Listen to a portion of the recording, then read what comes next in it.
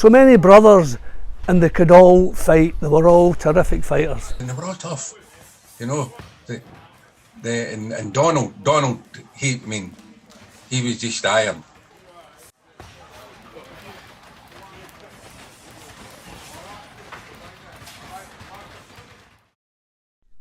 Donald McMillan began his life growing up in Glasgow's Townhead area. He was one of 7 brothers. High Creekall Road is where we were all brought up as children, but Donny was really only turned up noon again, because Donny was always away either camping or out with the guys in the Townhead. Donald was the guy that sort of kind of just brought this beautiful presence. As I said, I remember at the top of there was no a lot of hard men, but our Donald at the top of the street in the Townhead, holding 2 guys apart and just more or less like stoking everything, and everybody else just sort of kind of stood back and left it. Donald had to attend a different school from his brothers due to being deaf in one ear. Donald was in St Vincent's, but he was there, he was stuck there, he didn't just walk in and out every day. It was the oldest brother, Alec, who sparked the fighting interest among the McMillan brothers. Alex's first love was football. However, he scored an own goal in a cup tie and the rest of the team were quite harsh on him. So that was him finished with football and he took up boxing. Alec started, he was working in MB local and he had that big boxing club. Alec joined and we just thought he was a big brother, as you do. Being in the gym was like, you always felt dead secure, because your brothers, especially like Donny, John, Angy, Freddie. Big brother Alec used to take us into the ring, try learn us. His older brother learn the younger brother. Donald's was always mainly a battle, but watching John was like beautiful. Angy was lovely. Freddie, well, we were too young at the time, so Alec had injured his eye, so Alec had a bad eye. Alec was devastated when he had his licence revoked due to this injury. However, he was over the moon when Peter Keenan asked him to look after his gym and train the boxers there. This led to Alec being one of the youngest managers in British boxing. Donald was the next McMillan brother to enter the professional ranks, picking up a points win against Harry Wheeler of West Ham. After only 2 professional bouts, Peter Keenan put Donald up against Andy Wyper. He had a great amateur career, reaching the 1963 European Championship final. Andy Wyper came for the amateurs, you know, as a right tough character. In the days, you just made calls and you agreed the money and people weren't frightened. They didn't look for padded records. Now they do. Back then, they wanted to subsidise their income to feed their family. And they were all tough guys. They'd only like a handful of contests between them. And you wouldn't match, today you wouldn't match them. I wouldn't even have matched them then. But as a promoter, I'd have put that on, because these were 2 warriors, these were 2 guys in the ring, and they just went out, you know, it was a square go. Douglas Ritchie reports that these old foes put up a grand slam and had the fans on their feet. McMillan, with a victory over Wyper as an amateur, promised to be a sensation. The first 4 rounds were action-packed. If anything, McMillan was ahead at this stage. Then Andy Wyper exploded with a right hand. Courageous McMillan got up from the count of 9, and then in the 5th round, Andy put Donny down again. Donny once again got up off the canvas, but he couldn't beat it a 3rd time. The fans loved watching these 2 warriors going to war, so it wasn't long for Peter Keenan to arrange a 2nd fight, but this time it was for the Scottish Welterweight Championship. Peter Keenan, the promoter, more or less matched him. I would imagine he was matching him for Andy Wyper's favour, I would imagine. But at the time I thought Donny really was on top of the fights, but Andy was a toughie too. They were doing one another, hitting one another with everything. Blood everywhere. Never seen blood like that. Never stopped it. Kept us fighting. David Stewart reported that this was the most thrilling and gruelling fight that Glasgow has seen in many years. Andy had cuts over his left eye. The referee cautiously looked at it twice, and then in the end of the 6th round, Don had to retire due to a cut lip. The fight got stopped because bleeding for the mouth. I think that they went to take out the gum shields and his upper mouth came with the gum shield, and it was a horrific injury with tons of blood and everything. See the nobbins they flung in, they split it between the two wives, and the wife got more than what I got for fighting, and it was a Scottish title. Donald's manager and brother Alec wasn't happy with the referee's decision not to stop the fight earlier due to Andy's cuts. I needed 24 stitches. After that, all the fights I got, cut, and that's how it started. Donald went on to win his next 6 fights, one of which being on the undercard of the legendary Sugar Ray Robinson when promoter Peter Keenan brought him to Paisley. Actually, the Scottish fight fans wanted Wyper and McMillan in the ring again. The promoter, Tommy Gilmour, had put that in the top 5 in his British fights. You two were just murdering one another. That's what you can remember. It was just, you know, it wasn't strictly come dancing, let me tell you that. It was just, it was special because it was two warriors. Andy won the fight on points. Years later they would meet for a charity match. So I went in, just carrying on and that. We kind of had went over to Donny's corner in the second round, kind of for the second round, and said to him, fucking cheer up or something, kind of like. So I just come out, kind of, and then boom. That was it, start that again. John was the next brother to join the professional ranks. Before this, he fought Dick McTaggart in the amateurs for the Scottish Lightweight Championship. John had Dick down, but Dick won on points. John fought Ken Buchanan for the Scottish Lightweight Championship. John fought Buchanan, which was a cracking fight, and John done really well. Got the report for the Boxing News, and it's a 2-page spread. I'm sure John lost the fight by a point or half a point. It was that close. Ken Buchanan went on to be lightweight world champion. John fought on the same bill as Donald on 3 occasions, the last time being in 1967 at the Grand Central Hotel. This was against 2 other brothers. This was also Donald's last fight in Scotland.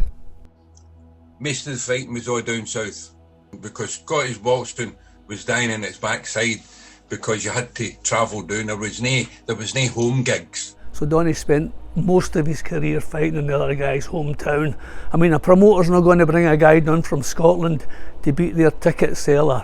So getting a win in the other guy's hometown is not easy. Well, unbelievable. The travelling they'd done was tremendous. Donald travelled to South Africa to fight Pierre Fury, resulting in a draw over 10 rounds. Now, Pierre Fury was a big star in South Africa. But he was a McMillan. He went to war. Don also travelled to Spain to fight Jose Hernandez, who coincidentally also went to school for the deaf. He also travelled to Denmark to fight Tom Jensen on 2 occasions. Donald was a furrier to trade. At Celtic Park he would use the fur jackets to persuade the security guards to allow him access. You couldn't run in Glasgow when you were younger, right? Because it would mean that you had robbed something. And that's the truth. So what it was is that Donny managed to get in the Celtic Park so he could train and run round about.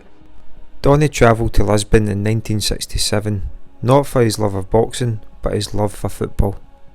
John Quinn of the Evening Times was also at the match. He later reported, Billy was getting mobbed and making no progress at all. Don McMillan, who was from Parkhead and one of 7 brothers who were all boxers, went to help. Don boxed at welterweight and middleweight, and he even fought for the British title. Now he got himself in front of Billy and acted as a one-man minder until he could get through the crowd. Don was climbing up the rankings and was due to fight the British welterweight champion Ralph Charles, but 24 hours before the fight he sustained a broken nose, so Don had to fight Chuck Henderson at short notice to see who would fight Ralph when he was fit again. The referee stopped the fight due to a cut over Don's eye.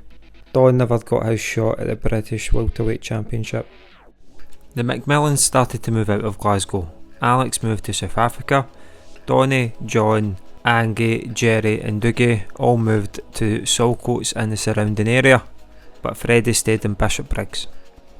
Eventually Donny couldn't make welterweight anymore, so to step up to the next division. Unfortunately for Donny, there was no light middleweight division back then, so Donny had to step all the way up to middleweight, and he fought the best at middleweight.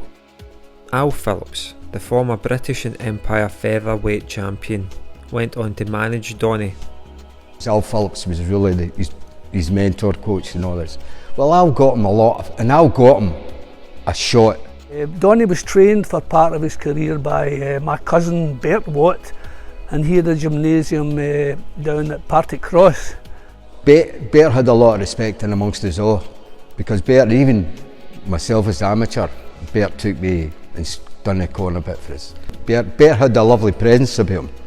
Bert knew what to do with you and how to talk, and he was a good corner man. See, Donny and I sparred hundreds of rounds. I always liked to spar with guys bigger than me, so I could let the punches go.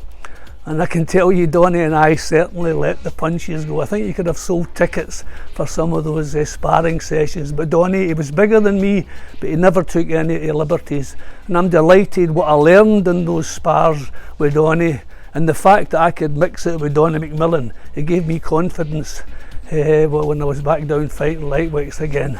So I've got a lot of happy memories of Donny. He was a terrific fighter and a terrific all-round bloke. The next of the fighting McMillans to join the professional ranks was Angus and Freddie. The McMillans had put that much into it, you know, with Alex and so forth, and they were all tough. Donald, he was just iron.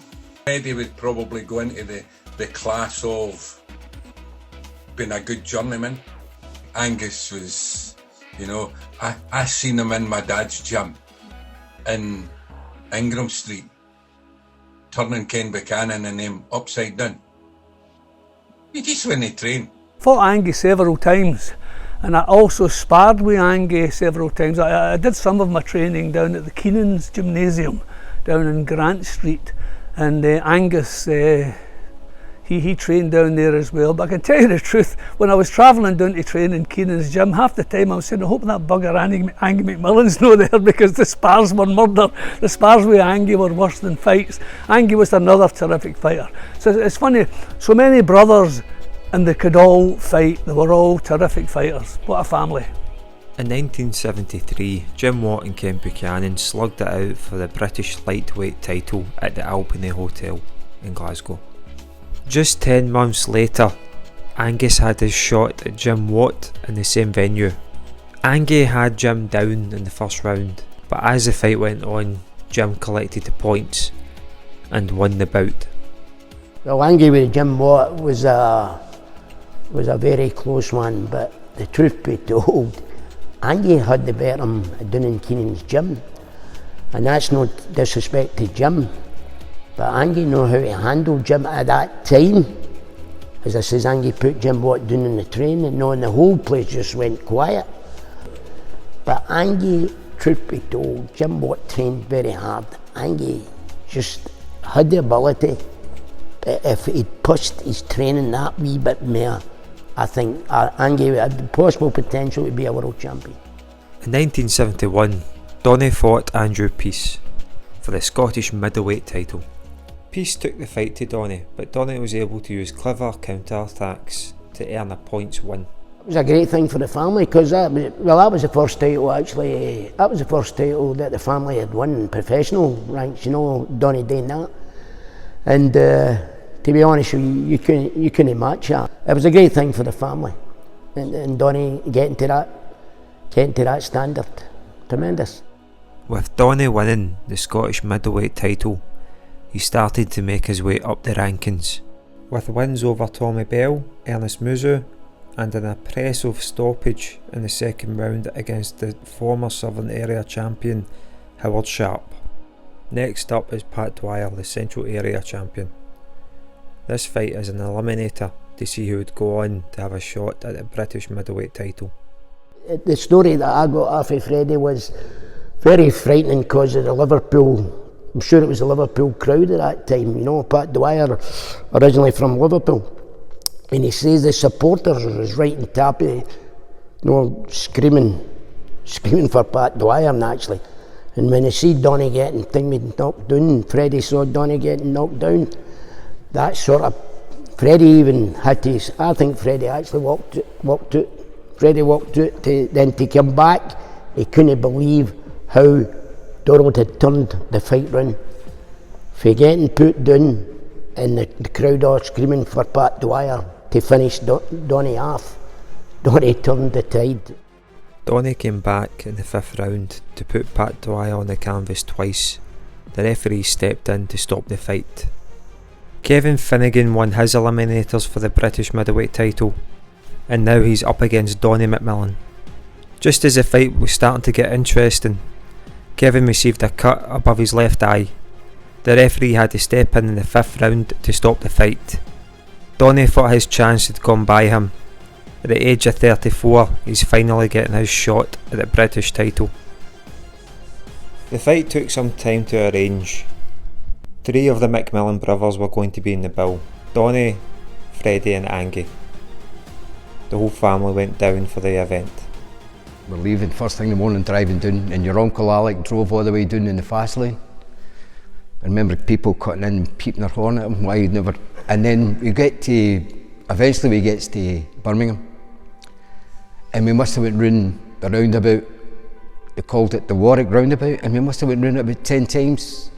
Your Uncle Gerry was told to ask somebody, but ask them nicely, you know, where we are, or how, and so he shouts, "Hey dear, come here," and the people all just ran away. These were the kind of things, we just didn't, and then the other one, your Uncle Alec says to your Uncle John, ask him, he looks like an intelligent looking guy, but he was alright. Your Uncle John rolling up a cigarette at the time, rolled the window down, the guy looked in, and John just burst out laughing, so we were still stuck in this roundabout for a long time. Eventually we get, somebody told us, we seen the sign actually, it was painted in the ground, Warwick Road, that was us. So we get to Sully Hall. It was lovely, lovely. It was great, amazing. The whole thing was great. We were treated lovely with the people and everything, and the respect they had for Donald was beautiful. Well, we were all there. All the brothers were there. I think that's been the first time for years. We all went down to Birmingham to basically give him our support. Bunny Stilling again now he was fighting world champions too, Bunny Stilling. He was up there. He was a handful because he was, for a start off, the height advantage with Bunny against Donny was unbelievable. It was like a light heavy basically fighting. At the time I felt like a light heavy fighting a welterweight.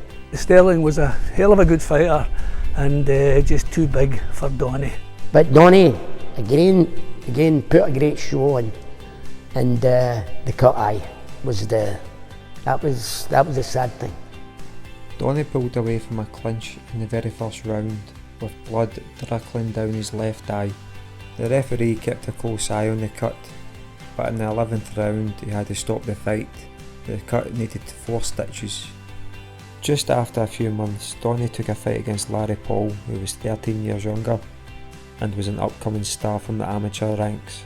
Donny lost the fight on points. I firmly believe if the light middleweight division had been in existence when Donny was at his peak, there's a really good chance that Donny would have been British champion. Donny then fought future world champion Alan Boom Boom Minter, who once again was 13 years younger than Donny. And Donny actually took his unbeaten record away. Alan Minter won a bronze medal against, as I says, I know he won a bronze medal in the Munich Olympic in 1972. And for anybody to go to the Olympics at that sort of standard must be tops. So that, to me, With Donny getting Minter scalp, that would say that was the top man. Alan Minter was there, he was kind of guest of honour and stuff. I says, "Hi Alan, thanks for listening." I says, "You fought a guy from the same town as me." I said, "Donny McMillan." Honest to God, his face dropped. He said, how is Donny? I said, "Donny's great." I says, "He's great." I says, "He recounts the fight with. I says, "And by the way, I need to say, Donny's the first one to say you were beating him." And he was quite chuffed with that, you know. He was kind of, does he say that? Does he say that? Stuart, he says, he was the dirtiest fighter I've ever met in my life. He said, "But I learnt lessons for that fight." He says, "Aye," he says, "there was elbows, there was shoulders." He says, "And I'm positive at one time he kicked me." I says, "You're joking?" But it was just a laugh, but he really, it was great to hear a world champion talk about Donny in a really, really respectful way. Minter had Donny down 3 times in the early rounds. It wasn't until Donny backed off on the ropes and fought at close quarters that he started seeing more success with the right hand. In the last round, Minter had a cut and the referee had to step in to stop the fight. In 1974, Donny travelled out to Zambia to face the Zambian middleweight champion Hugo Chanza. Donny travelled over to Africa with fellow professional boxer Maxie Smith. I met him on the plane flying over and we just clicked. We couldn't say anything wrong to each other. No arguments whatsoever. I mean, it's a stress situation when you're going abroad and all this and fighting with enemies and all. It's terrible. But we got on like a house on fire. Donny and Maxie had to face danger before they even stepped foot in the ring. We spotted a few lads coming the opposite side of the road and they were looking us up and down from a distance, you know, and as we got closer you could see they were getting... they were going to mug us, I can tell, I just knew. That's right, arm's length apart so we don't punch each other when they try and mug us. And she's right, gotcha, yeah, you're right. You could smell the signs as well. As we got close and I realised, well, Don had a good pair of ears, cauliflower ears, I think he looked the part. And I'm tall, 6'2" nearly. Tattoos all over, and I think they lost interest. They stayed on their own side of the road and pretended they couldn't see us anymore. The next step was for Maxie and Donny to get a medical. You could hardly get past the bodies on the stairs. You name it, they had it. Oh, it was heartbreaking. And it was awful feeling that. We put a show on, a boxing show, and all these people, oh, yeah, it really was upsetting. I bet Don will remember that. Terrible.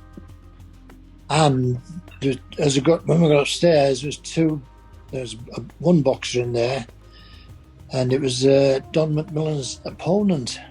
We didn't realise that at the time. And he was saying, "Look, you've failed your medical, I can't let you box." And he was in tears, and I said, "I've got to box. I don't box. My family don't eat." He was virtually in tears, pleading with the doctors. All right, sign them off. On the night of the fight, Donny was considering pulling out, as he felt he wouldn't get paid. He didn't want to go in, Don. He wasn't too happy to go in. And I just won my fight in a knockout, so I said, "Hey, if he's that desperate, I'll go in and fight him. I'll be tired now." No, you can't do that. You can't fight 2 fights in one bill. Don went in and boxed his ears off, you know.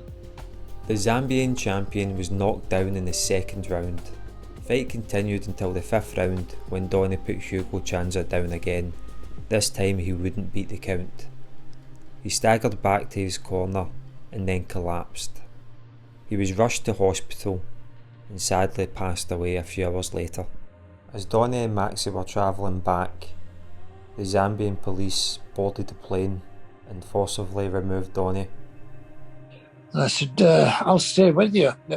He said, "No, you can't do that." He said, you must go back." Maxie informed the British Boxing Board of Control. Donny's wife Helen and his 3 children waited anxiously for a few days until he arrived home safely. It's a sport. You don't go in there to kill people. You don't expect people to die from it. It was awful. It was awful for him, awful for Don, and not It's very nice for me either. Again, I wouldn't have fought again. If that happened to me, I just, no. Truth be told, I don't think Donny was the same. I don't think he was the same after that. That really, that was, I think that just gave him it was time to retire, you know. It was the Daily Express that had got the story, they were to get the story, so they took my mum, me, Gerald and my sister Jan up to Glasgow in the car, because I remember Gerald throwing up in the car and the guy's going, "That's okay, I'll get it, I'll clean it up." That they took us to my grand's in Springburn, and then they took my mum to Glasgow Airport and they flew down to London Airport, because that was when my dad had been released from the jail in Zambia, or the prison, whatever it was. And there's a photograph in the Express of my mum hugging my dad, but then the Express had said, "We'll let you meet up first and then do it again for the photograph," because in the photograph you see my mum's got one foot up and posing. Well, I spoke to him years later and that about it, and it was heartbreaking for him, because he'd actually retired before that fight.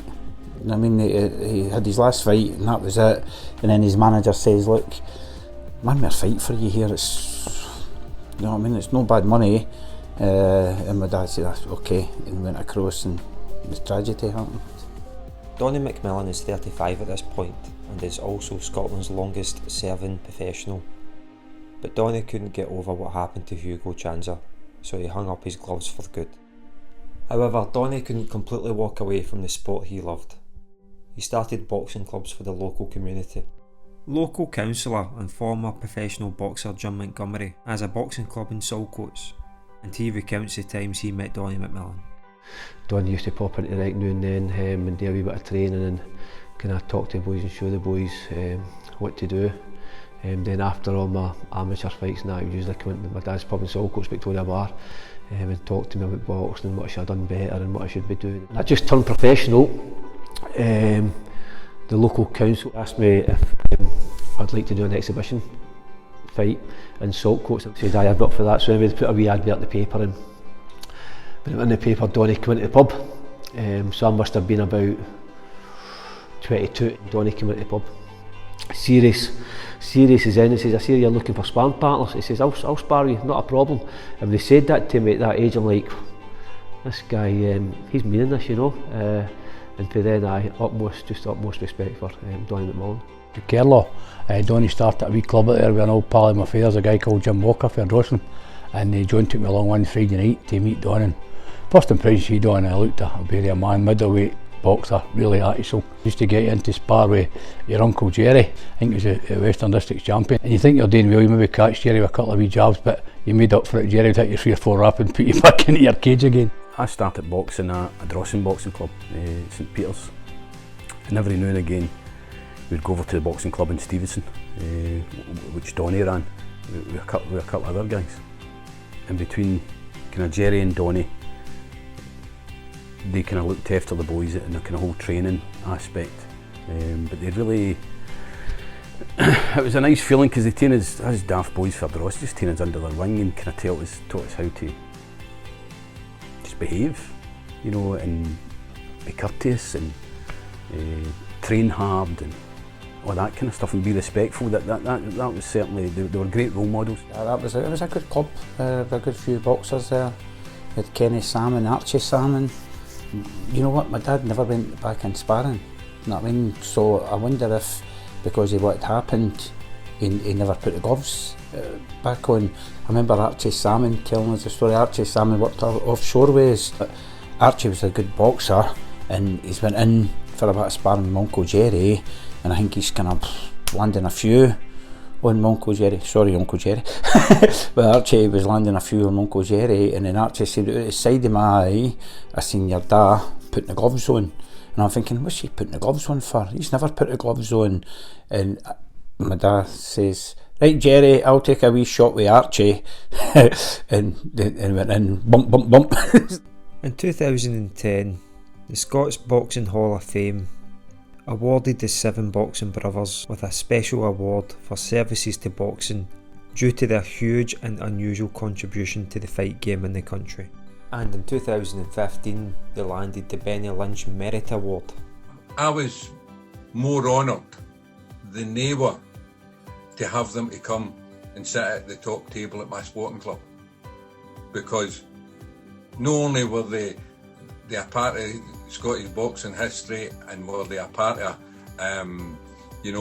being good fighters, you all stuck together as a family, and it was just a pride and a privilege, and I don't think that I've came across a more collective family, with so many of them, and you always get a rare laugh with them. You remember the person as much as the athlete. See if you can say that about somebody, then they're a wee bit special. Donny's younger brother Dougie has 2 grandsons that's fighting in the amateur ranks just now. Dougie's son Douglas has also started a club in the family's name. And there's not been a gym for the McMillans for about maybe 30 years, 20 years. So I thought I'd give a wee go myself since my boys are doing it. I started off just them two, and then it kind of rolled on with folk wanting me to train them too, so I started it all up. And this is what it's led to now. A lot of other kids started wanting to come to it.